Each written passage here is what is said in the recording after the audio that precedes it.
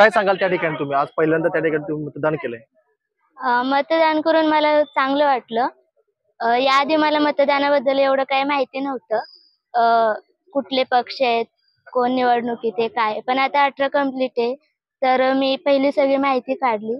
त्यानुसार माझं डिसिजन घेतलं, मतदान केलं आणि लोकशाहीतले 4 स्तंभ आहेत, त्यातले एक महत्त्वाचा स्तंभ मी निभावला असं मला वाटतं. आणि आपण मतदान केलेलं आहे त्या ठिकाणी काय आपली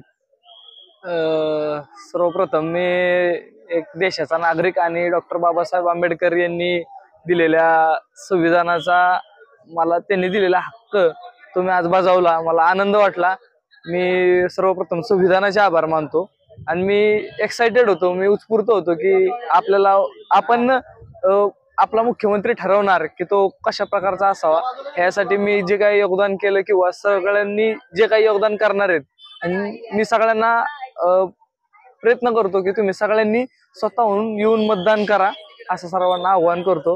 आणि या धन्यवाद.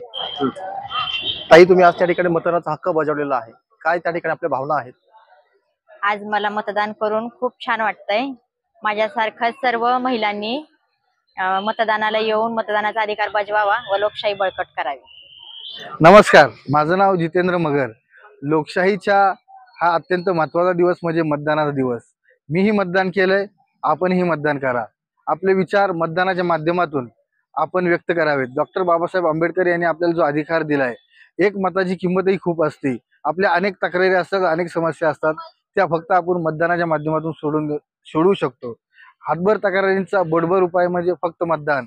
आणि मी तरुण मित्रांना विनंती करतो की आपण नक्कीच मतदान करा आणि या लोकशाहीला सशक्त करा.